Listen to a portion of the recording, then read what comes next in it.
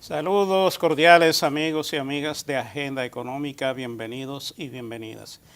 En el día de hoy me encuentro aquí en compañía de Eiromi Castro y Roberto Mella. Ambos son economistas ya de una buena experiencia en el trabajo profesional en diversas formas. Eiromi Castro se ha desarrollado más en el sector financiero y Roberto Mella ha estado trabajando también con el sector financiero, sobre todo en el área de prevención. La idea de su presencia en este programa del día de hoy es para hablar del tema de la prevención del lavado de activos y el financiamiento del terrorismo. Y lo estamos haciendo por la razón de que por primera vez en la historia hemos visto un presidente que en más de una oportunidad se ha referido al tema de la evaluación que hace el Grupo de Acción Financiera Internacional, o más conocido como GAFI, a los países que son miembros sobre esta temática. Y es una temática que para los no expertos o para las personas que no le dan seguimiento a esta temática es un poco extraña o poco comprensible, pero si yo me encuentro en compañía de dos expertos que tienen mucho tiempo trabajando este tema, yo creo que podemos orientar muy bien a los amigos de Agenda Económica para fines de que le demos una comprensión y entendamos mejor la preocupación del presidente de la República. Tengo entendido, Eiromi y Roberto, que próximamente el país va a ser evaluado por el Grupo de Acción Financiera Internacional. Y yo quiero que lo primero que hagamos sea explicar qué es lo que es el Grupo de Acción Financiera Internacional, las evaluaciones, el tema de la membresía y la responsabilidad que tienen los países al ser miembro del Grupo de Acción Financiera Internacional y las implicaciones de no darle cumplimiento a las normativas que emite otro organismo de carácter internacional para fines de prevención de la criminalidad organizada, el tema de la prevención del lavado de activos y el financiamiento del terrorismo. Sí, gracias, muy buenas noches. El Grupo de Acción Financiera Internacional es el grupo global que tiene a su cargo desarrollar los estándares mundiales de prevención y detección del lavado de activos, el financiamiento del terrorismo y ahora la proliferación de armas de destrucción masiva. Esto debido a las situaciones que se han venido generando básicamente en Corea e Irán, aunque Irán ya ha ido saliendo de todo esto, puesto de que ha permitido las inspecciones y se ha abierto un poco más a lo que son las inspecciones de Naciones Unidas. Esta situación hace que el GAFI varíe sustancialmente el enfoque y ya a partir del 2012, con las nuevas recomendaciones o con la revisión de las recomendaciones, que son los estándares mundiales 40, entonces incluyen la proliferación de armas de destrucción masiva, es decir, la producción y venta de armas de destrucción masiva como parte integral también de esos delitos por los cuales o contra los cuales este organismo trabaja o en contra de los cuales trabaja. Funciona en la oficina de la ODCE en París, la Oficina para Cooperación y Desarrollo Económico, para el desarrollo y la cooperación económica, que a veces uno lo confunde por las siglas en inglés cuando la ponen.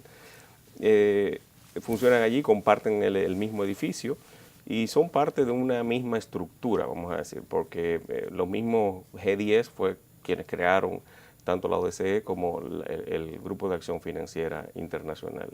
Y ellos desarrollan, aparte de implementar... El G10 son los países más desarrollados. Los 10 países más desarrollados, las 10 economías más desarrolladas del mundo, que puede llegar hasta G20, incluyendo ya ahí llegan hasta los BRICS, ¿verdad? Cuando llegamos a los G20. Pero en función de lo que... Eso fue a principios de los años 80. Sí, a principios de los años 80 cuando vino la crisis de la deuda. Y la razón era la preocupación que había por el tema del crecimiento de la criminalidad. Sí. Bueno, Gafi nace realmente en los 90. En los 90. Es decir, claro, Gafi nace en los 90 por el auge de la droga y por las nuevas leyes. La Convención de Naciones Unidas del 88, fíjense que la Convención de Naciones Unidas contra la droga y el delito es de 1988 y nuestra ley de drogas, la primera, es de 1988. Es decir, nace como producto de esa misma convención, que es incluso asumida por el país, es ratificada por el país inmediatamente, por lo que adquirió carácter de ley ipso facto casi desde que salió. Pues esto es lo que hace el Gafi. Gafi también, aparte de eso, tiene varios grupos de seguimiento, grupos de trabajo, que ayudan a los países a mejorar la capacidad para cumplir con estos estándares internacionales que son mundiales. Son definitivamente mundiales, aunque yo siempre, en las reuniones que participé, tanto en Gafi, en Gafic, en Gafisud, que ahora es Gafilat, decía que las economías no eran las mismas, las situaciones no eran las mismas, pero sí las leyes deben de ser las mismas. Y esto tampoco lo encontramos en el mundo, es decir, deben de ser, y deben de ser en función de esas 40 recomendaciones. Bueno, de hecho, básicamente esa es la función que viene a realizar las 40 recomendaciones. Correcto. Crean un estándar sobre la cual los países, estamos hablando de más de 170 jurisdicciones a nivel mundial, que se han acogido al Gafi, y básicamente ese estándar lo que pretende es que todos se alineen a una misma dirección, ¿verdad? Igual como la hacen las normas de información financiera y otro tipo de normas, Basilea, tratan de alinear para que sea medido bajo la misma vara, ¿no? Entonces están las evaluaciones. Las evaluaciones es la metodología que ellos utilizan para medir el grado de cumplimiento de cada uno de los países y territorios miembros. Estas evaluaciones han cambiado con el tiempo. Yo tuve la oportunidad de evaluar con la primera metodología de evaluación, muy burda, el producto era un producto muy denso, la evaluación era muy densa, muchas palabras, es decir, había que escribir mucho. Tú en este caso, eras parte de un grupo de evaluación, sí, que se forman en el Gafi para fines de que ese grupo, compuesto por técnicos especialistas de varios países, sean los que hagan la evaluación a un país determinado y rindan el informe. Correcto. Sobre el cumplimiento. Correcto. Y esos evaluadores se forman en las diferentes especialidades que tienen, con los diferentes expertise. Y son tres, básicamente: cumplimiento de la ley, que son básicamente policías; legales, que son entonces abogados; y financieros, es decir, económico-financieros. Yo siempre participé en lo económico-financiero, claro está, y tuve la oportunidad de ser el evaluador de Panamá cuando Panamá entró por primera vez en lista negra, en el año 99, la evaluación fue al año siguiente, en el año 2000.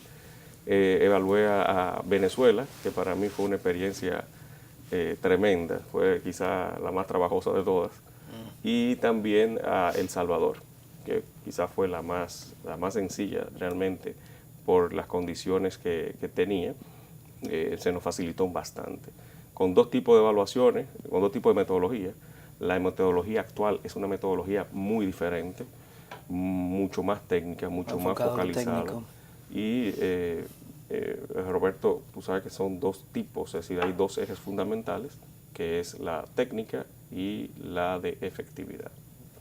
Que básicamente no es solo lo que puedas realizar, digamos, redactarte una buena norma, ahora demuéstrame la aplicación de esa norma y cómo la estás cumpliendo. Sí. Sí, en el caso de República Dominicana, ¿cuál ha sido la experiencia en términos de esta relación con el Grupo de Acción Financiera Internacional? Bueno, es importante resaltar que el país se encontraba justo digamos, en la víspera de una evaluación. Sin embargo, eso queda, digamos, en una situación por ver, porque ahora cambiamos, e Iromi hacía referencia sobre unos grupos regionales, hacía referencia al Gafilat, nosotros pertenecíamos al Gafic, que es el Grupo de Acción Financiera del Caribe, se anunció el cambio hacia el Gafilat, anteriormente el Gafisud, y eso hace que un poquito el cronograma cambie respecto a la evaluación que el país, la evaluación país iba a tener, que era en este mes de octubre, ¿no? Sí. Ahora cambian un poquito el cronograma, estamos hablando de que se traslada para el año que viene, en marzo ya comienzan las reuniones, llamado un poco el kick-off, ¿no? Que es el tema un poco para la planificación, y evaluamos ya de cerca de finales de año del año que viene que será el país sometido a la evaluación país. Y es importante tomar una información que dijo Hiromi sobre el hecho de que Panamá en su momento cayó en una lista gris. Tenemos que tener muy en cuenta el significado, el impacto que tiene estar en una lista para que entendamos desde el punto de vista económico y tangible qué efecto puede tener esa situación. Panamá se vio en una situación, y otros países que han estado listados en el Gafi, donde sus bancos corresponsales cerraron sus cuentas. ¿Qué significa eso? Que bancos estadounidenses no querían relaciones comerciales con bancos panameños. ¿Qué significa esto? Que si no tenemos bancos corresponsales, ¿de qué manera canalizamos los pagos de las remesas? ¿De qué manera hacemos los pagos de nuestros comercios internacionales? En la medida en que vamos cayendo en un tema de listas, el riesgo reputacional país se va afectando, y eso tiene un impacto. Eso no queda en el aire, eso no es algo intangible, es algo tangible y que se puede llegar a sentir en la economía a través de esos dos medios. No tendríamos forma de movilizar las remesas, no tendríamos forma de realizar comercio internacional, y eso tiene un gran impacto no solamente en el sector financiero, sino en los bolsillos de cada uno de nosotros. Real, en este caso, lo impacta. La mayor presión la ponen precisamente los bancos de Estados Unidos, como consecuencia de la presión que le ejercen las autoridades americanas. El famoso de-risking. Así es. Sí, el famoso de-risking. Pero uno de los puntos que más impacta, las variables que más impacta una evaluación negativa es en el tipo de interés. El tipo de interés sube porque el riesgo país aumenta. Claro. Y eso impacta directamente en todos los valores emitidos por el país. En este caso, el valor emitido por el país como valor, vamos a decir, fundamental, son los bonos soberanos.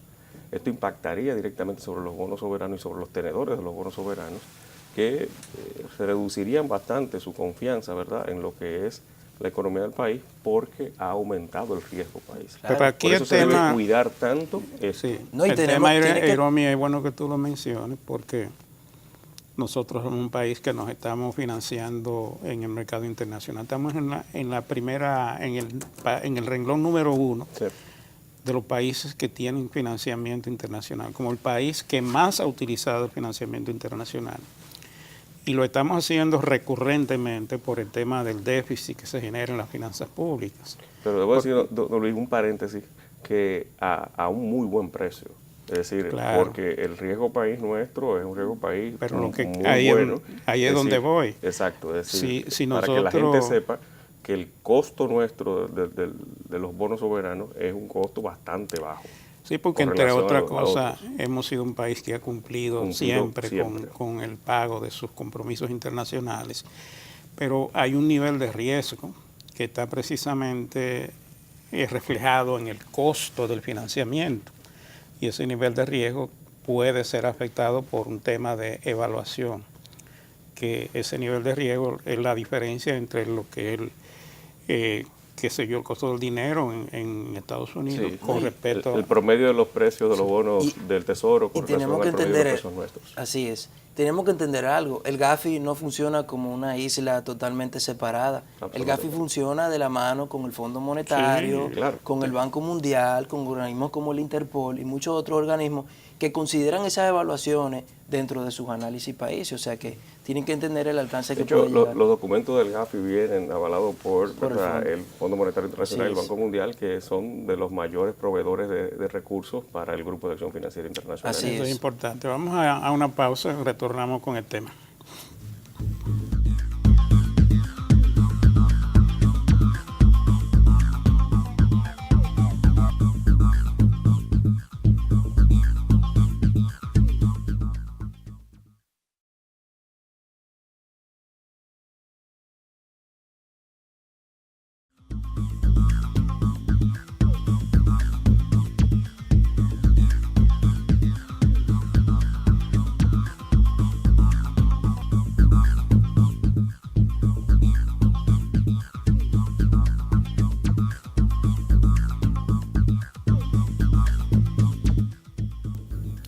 Continuamos con ustedes, amigos y amigas de Agenda Económica. Estamos en el día de hoy conversando con Eiromi Castro y con Roberto Mella. Ambos son especialistas en el tema de la prevención del lavado de activos y el financiamiento del terrorismo. O sea, no que ellos aconsejen, sino que ellos aconsejan prevenir. Porque a veces le dicen a uno, bueno, pero tú lo que estás enseñando a la gente a lavar dinero.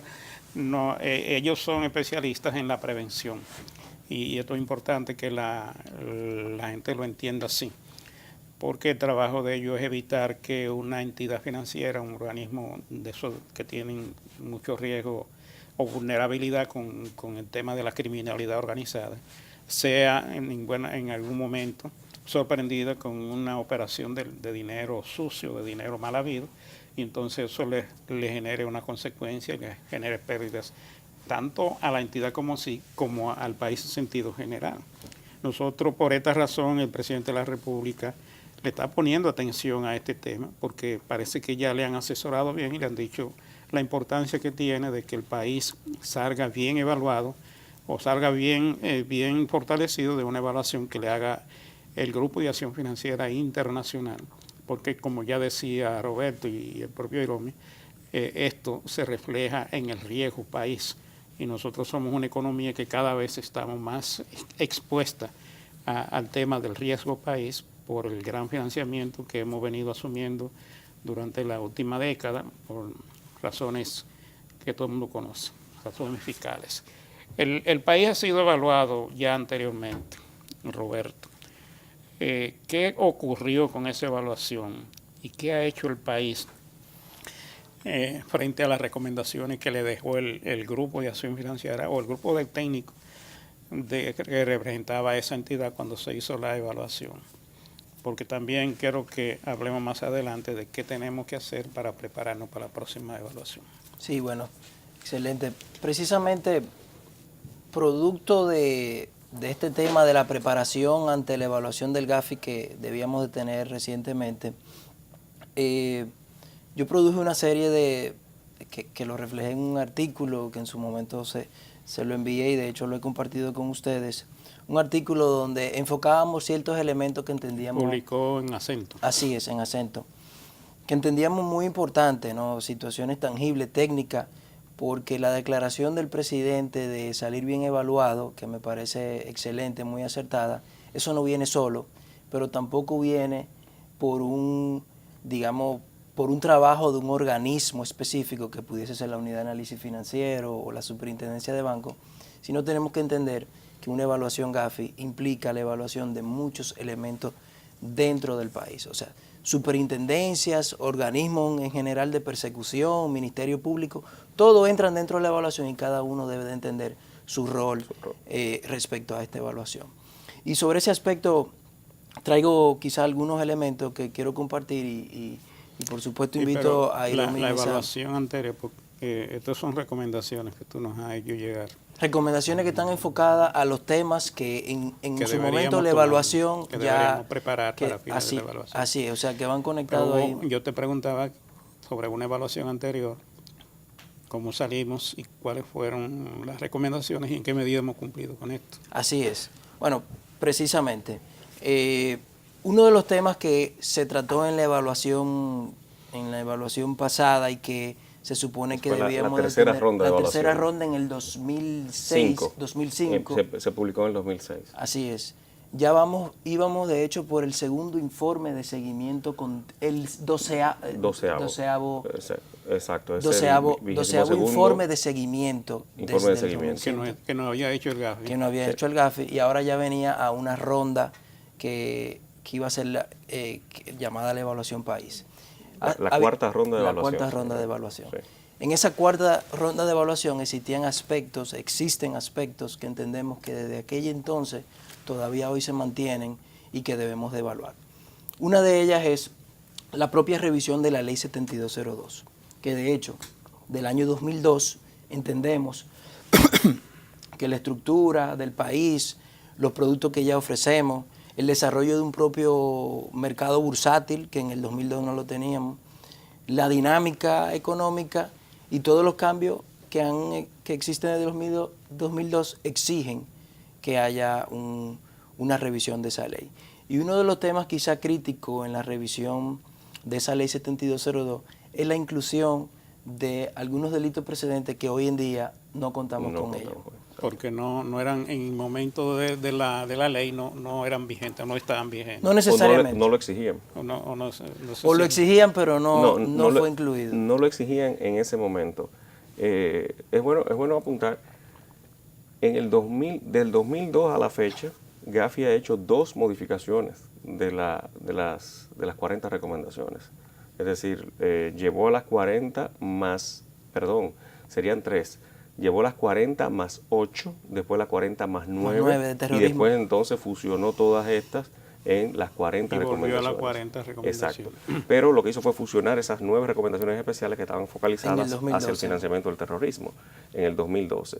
Y también incluyó esos delitos precedentes y importantizó unos que son bastante álgidos, ¿verdad?, para todos los países, no solo para nosotros, para todos los países. ¿Y qué son los delitos precedentes? Los delitos precedentes son los delitos que se deben dar para que a través de los mismos se genere fondos y esos fondos se convierten en dineros ilícitos. Y al momento de usted colocarlos en la economía, movilizarlos en la economía o hacer cualquier tipo de inversión, tangibilizar ese activo líquido en un activo más fijo, entonces se convierte en lavado de activos.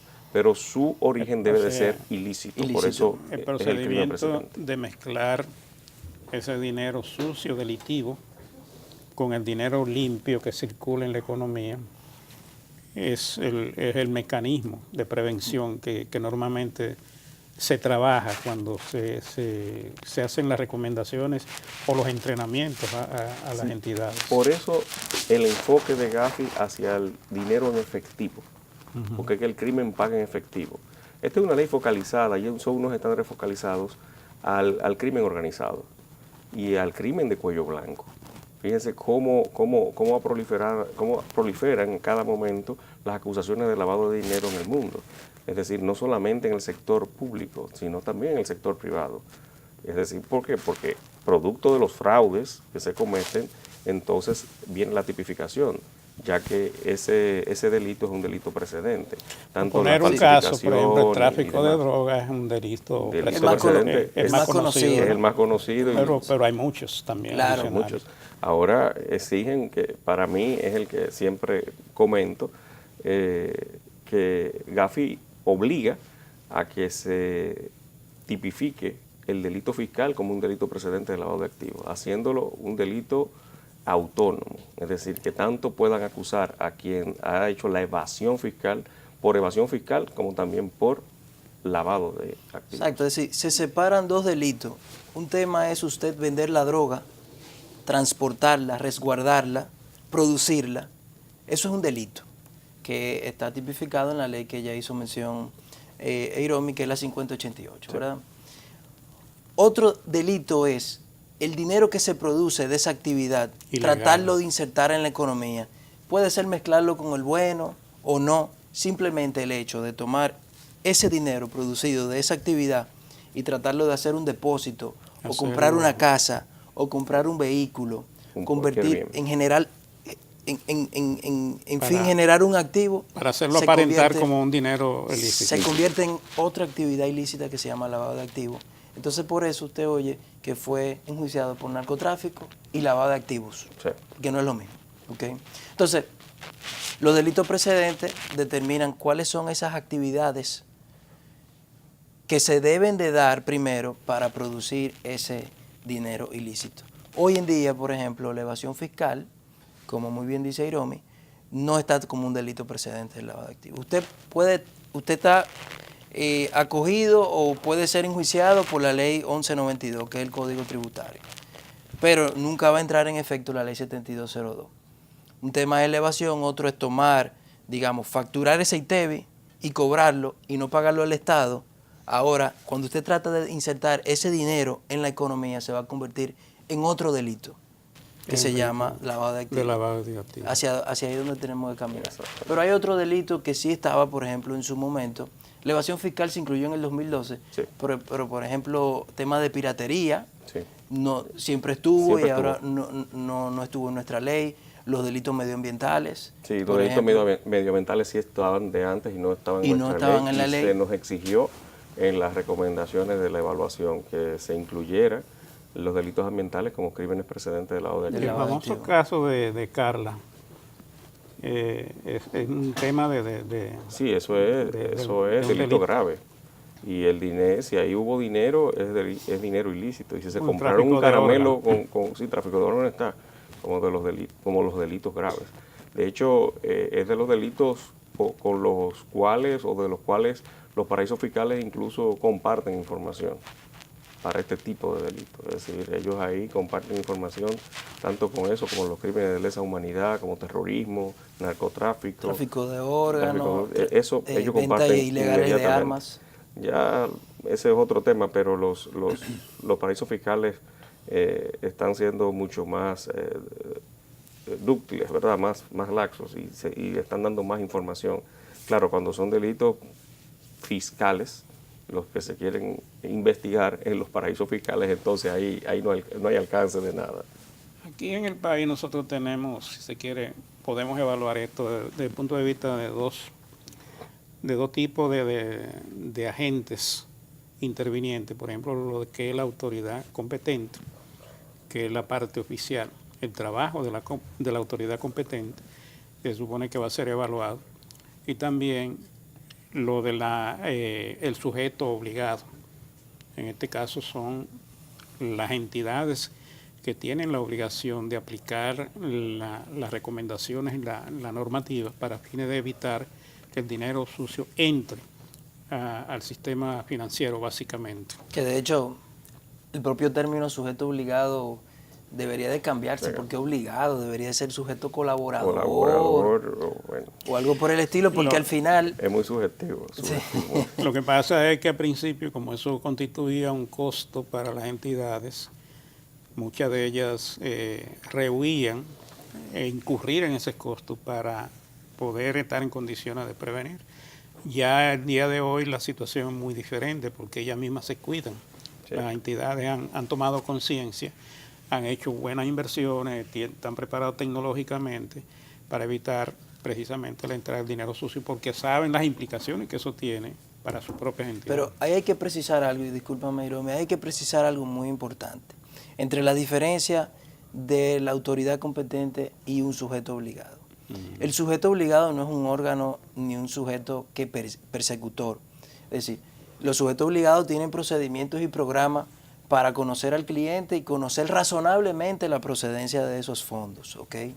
Pero en ningún momento asume un rol de persecución, que es lo que debería de asumir, en este caso, la autoridad competente. No, están Yo te obligados a colaboro, colaborar. yo te colaboro, te proporciono informaciones financieras, inclusive te reporto operaciones que pueda considerar como sospechosa, que la persona no me trajo un sustento de esa operación que la sustente, ¿no? La procedencia de los fondos o muchas otras tipologías que existen en estos temas, y te los reporto como sospechoso, ¿ok? Y a partir de ese reporte, Que no tú es una comienzas a hacer, acusación. no es una acusación, a partir de ese reporte, las unidades de análisis financiero tienen que hacer una serie de análisis. Posteriormente podrían llegar a un ministerio público para otros temas ya de investigación más profunda. Y tengo entendido que se ha hecho un gran esfuerzo a nivel también de la autoridad competente o de los organismos que están dándole seguimiento a todo el proceso y exigiendo el cumplimiento de las normativas. Vamos a hacer una pausa y retornamos entonces para que hablemos de lo que debe hacer el país para prepararse para esta evaluación próxima del Grupo de Acción Financiera Internacional. Venimos en breve.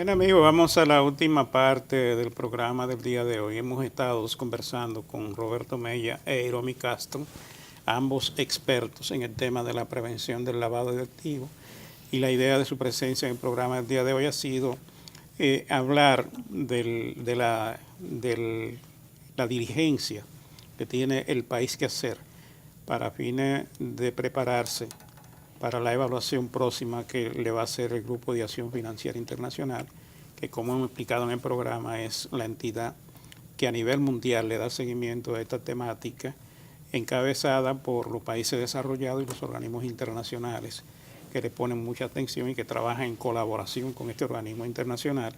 Entonces, aquí se ha estado trabajando y hemos estado explicando muchos detalles de lo que significa todo esto. Pero es bueno que hablemos de las recomendaciones y alguna sugerencia que tengan ustedes sobre. Claro, uno de los aspectos más importantes y que hemos visto aquí un cambio bastante significativo, creo que quizás no el suficiente para el tamaño de la economía, pero sí se está ya dando el caso, es que las actividades y profesiones no financieras designadas están más conscientes. Como hablábamos de los sujetos obligados, la ley nuestra de 2002 prevé que todo aquel que genere una actividad comercial es un sujeto obligado. Y siempre se entiende que el único sujeto obligado que existe en nuestro país son las entidades de intermediación financieras y cambiarias, que son las que deben de tener un oficial de cumplimiento, una estructura de cumplimiento, un manual de cumplimiento, pero no, todas las empresas, todo aquel que genera una actividad comercial es un sujeto obligado. Sí, porque tiene un nivel de riesgo. Y exactamente, hay una exposición al riesgo. Vulnerable.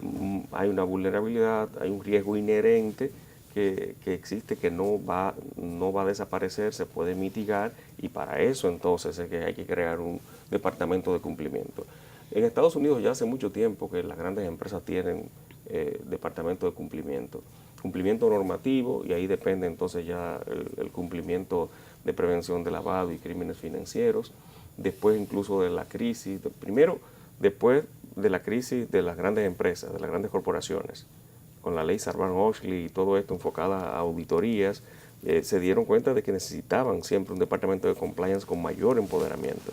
Luego entonces viene la crisis de 2008, y esto también trae como consecuencia un fortalecimiento y una exigencia de fortalecimiento en las entidades financieras norteamericanas, no solamente la banca, sino en la financiera. De ahí viene el de-risking, esa presión sobredimensionada sobre las entidades norteamericanas a fin de que le exijan más y más y más a sus clientes extranjeros, y entonces, claro, todos hacen un análisis de riesgos, y entonces lo que le da es que es más lo que le están invirtiendo al cliente que la rentabilidad de la cuenta. Entonces, ¿qué hacen? Cerrarle la cuenta.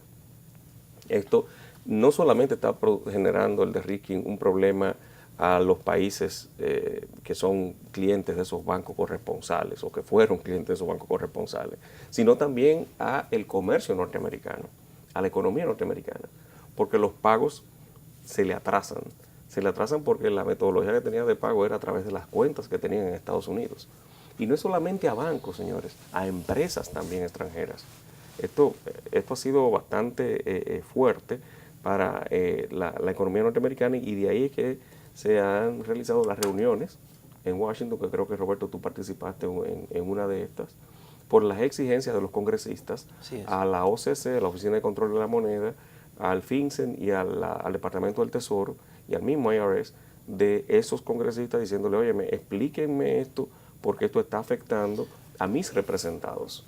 Hay que hacer un programa sobre de-risking. Hay muchas precisiones sobre el tema de de-risking que está afectando a los países de una manera terrible. De hecho, solo por darle un ejemplo, hoy en día yo tengo amigos, clientes, que le mandan una carta y le dicen, no podemos tenerte como cliente. ¿Por qué? Porque eres dominicano. Listo. Eso entra dentro de una dinámica del tema de risking, de percepción riesgo país, percepción riesgo actividad comercial, que habría que desmenuzar bien en ese sentido. Ahora, es importante hablar sobre ese tema que conversa Iromi, es muy interesante, las actividades y profesiones no financieras. A mí particularmente me parece que eso tiene que iniciar con otra de las obligaciones y temas pendientes que tenemos, que es realizar la evaluación riesgo país, la evaluación nacional de riesgo del lavado de activos, que eso sí vino, la recomendación 1, eso sí vino en el 2012, en febrero de 2012. Yo esto lo veo, lo puedo, digamos, dar un buen ejemplo de cómo funciona con un dicho campeche, ¿no? De campesino. Popular, ¿verdad que sí? A según el maco, la pedra. Entonces, básicamente en la evaluación de riesgo, eso es lo que se determina, el tamaño del maco, es decir, tenemos que identificar cuáles son nuestras actividades vulnerables a través de un análisis técnico. Y cuando yo las identifique, entonces, cuáles son esas actividades que yo considero como bajo vulnerable en mi país, entonces le voy a aplicar una evaluación, digamos, reglamentaciones, normativas más exigentes, porque si tu nivel de riesgo es mayor, entonces tus exigencias tienen que ser mayores en ese sentido. Entonces, a través de, de esa evaluación, yo determino cuáles son las actividades y profesiones no financieras designadas, que ya de hecho el GAFI viene con algunas mencionadas, como son los dealers de carro, los casinos, los profesionales liberales, las bancas de apuestas, en general todo lo que tiene que ver con bienes raíces, joyerías. Ya esas son actividades que yo... Estaciones de gasolina, entidades que manejan mucho efectivo. Mucho efectivo, exactamente. Eso debería de venir en una evaluación nacional de riesgo. Entonces, yo tuve el honor de participar en la propuesta de la norma hacia la APNFD, que la está manejando la Unidad de Análisis Financiero. Y básicamente lo que se hizo fue realizar una norma para decirle a ciertas actividades que deben de conocer a su cliente a partir de ciertos montos, hacer auditorías anuales y toda una serie de exigencias que ahora mismo se están revisando y que no es nada nuevo. En otras jurisdicciones como España, el mismo Panamá, producto de ser incluido en la lista gris, tuvo que desarrollar inclusive un ministerio, un departamento especializado, una estructura especializada en el gobierno para supervisar esas actividades. Para que las actividades y profesiones no financieras. Como una superintendencia de banco, pero no de banco, sino para esas actividades. Esas van a supervisar a los casinos, a las joyerías. Y dejaron la unidad de análisis financiero, que también se llama así en Panamá, para la recepción de los RTEs y los reportes de operaciones sospechosas exclusivamente. Como una unidad central. Como una unidad central. Y más estratégica. Eso se los envían los sujetos obligados. Todos los sujetos obligados, de forma directa, como manda el GAFI. Donde se da la colaboración. Exactamente. Claro. Eso, países como México, por ejemplo, Hacienda es que ha tenido que asumir esa responsabilidad. Y a mí me parece un modelo interesante. Pero la ley 7202 también involucra a Hacienda y a... Pero entonces ahí viene, digamos, la propuesta. A mí me parecería interesante que, considerando ya que dependencia de Hacienda ya tienen una estructura, unos procedimientos, unos auditores, un músculo, o sea, tiene músculo para mover esta norma. A mí me parecería una propuesta, y no sé qué Iromi piensa al respecto, de que la unidad de análisis financiero utilizara ya esa estructura para realizar evaluaciones, porque estamos hablando de una población muy grande de empresas que hay que comenzar a supervisar.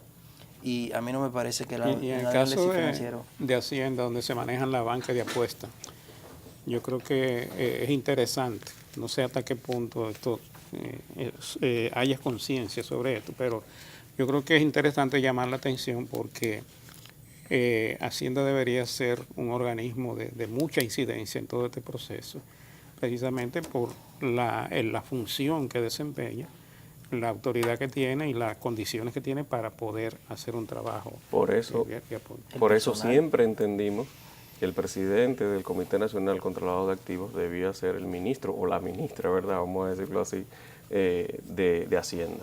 Es decir, el Ministerio de Hacienda debe presidir el Comité Nacional contra el Lavado de Activos, porque la ley 7202 no es una ley de drogas ni la que la sustituye, que de hecho ya hay un proyecto de ley que cursará próximamente, que es el primer paso en el proceso de preparación para una evaluación, es decir, el cumplimiento técnico. El cumplimiento técnico es el cumplimiento legal de todas las estipulaciones de las recomendaciones de los estándares. Y luego está el cumplimiento de efectividad.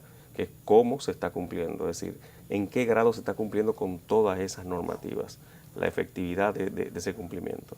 Para esto no vamos a tener mucho tiempo.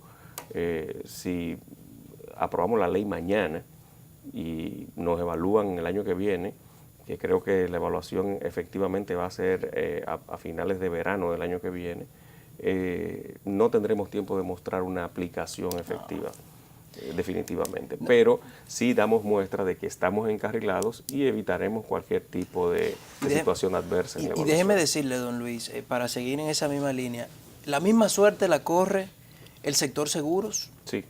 No tiene nada que demostrar en este... O sea, no deberían de iniciar no solamente con una unidad, que ellos ya me han comentado que la crearon, pero tienen que mostrar efectividad. Esa efectividad tiene que iniciar con una propuesta de una norma dirigida de manera focalizada al sector seguro. De hecho, eso es algo que los propios, digamos, compañías de seguro quieren, exigen. ¿Por qué? Porque sus empresas que los representan, sus corresponsales en el extranjero, se lo están exigiendo ahora mismo. Y ahora mismo cada aseguradora, ¿con qué funciona? Con las normas que tiene su corresponsal en el país. Eso habla muy mal de nuestro país. Lo hacen como una buena práctica. Es importante y eso genera una idea de vulnerabilidad muy grande. Muy alta, muy alta. Tuve la oportunidad de estar en Bogotá hace 3 semanas más o menos, invitado por la Asociación de Casinos de Colombia. Ellos están interesadísimos, hicieron su primer congreso antilavado para casinos y casas de juegos y casas de apuestas. Tienen un manual hecho por la UIAF de Colombia solamente para casinos y casas de apuestas. Y fue tan exitoso el congreso que el salón se quedó corto, estaba abarrotado y hubo una necesidad de habilitar otro salón y entonces se proyectaba ahí el expositor. Yo tuve la ocasión es decir, la suerte de presentar una conferencia allí y realmente me sorprendió el interés que han mostrado, que está mostrando este sector para el cumplimiento. Sí, igualmente yo creo que en esa misma línea, digamos que tendríamos que hablar también del sector de las cooperativas. Sí. Panamá sufrió recientemente, estuve en un congreso hemisférico en Panamá, sí, hablando precisamente de ese tema de las cooperativas, y la experiencia en Panamá, yo estuve allá con el Instituto de Cooperativas de Panamá, tuvo que sufrir toda una transformación a partir del plan que el Fondo Monetario, por el tema de la evaluación Gafi, le hizo que se sometiera a Panamá. Ese sector tuvo que perfectamente transformarse, manejarse, digamos, con lineamientos y normas muy parecidas a las de los bancos, conociendo al cliente y toda una serie de elementos que deben de poner en acción. De la cooperativa se me ocurre una pregunta. Las cooperativas no se consideran entidades financieras para fines de lo que debe ser la supervisión. Pero tienen una autoridad. ¿A qué autoridad competente debería ser la que exija a las cooperativas, sobre todo a cooperativas grandes aquí que sí hay, que tengan una normativa y que le den cumplimiento? Claro. Mire, uno de los temas que nosotros precisamente llevamos al Congreso, una de ellas, tenemos la legislación más vieja de toda la región. Hablamos de una legislación de los años 60. ¿Okay? Casi todos los otros países han ido eso reformándolo. De las cooperativas. De las cooperativas. Sí. Número 2, existen formas de supervisión combinada. Por ejemplo... Se me terminó el tiempo, Roberto, un tema interesante. Yo quiero hacerle una propuesta a ustedes, porque este es un tema, nosotros aquí lo que hemos tocado en el día de hoy son aspectos generales de esta gran temática y de esta importante temática. Vamos a ver si en el futuro, no lejano, continuamos desarrollando estos temas en forma más puntual, o sea, en cuestiones más específicas, para que vayamos punto por punto haciendo el trabajo de explicación general y de cuáles son los sectores que tienen mayor vulnerabilidad y donde hay que hacer el mayor esfuerzo preventivo por parte de las autoridades y por parte de los reguladores en sentido general. Para nosotros siempre será un placer venir a nuestra casa porque nosotros nos sentimos parte de Y así la es. agenda Así económica. es, Así es. don Luis. Muchas gracias por la Bueno, oportunidad. Muchas gracias. Roberto Irón, muchísimas gracias por haber venido y continuamos con el tema en un próximo programa.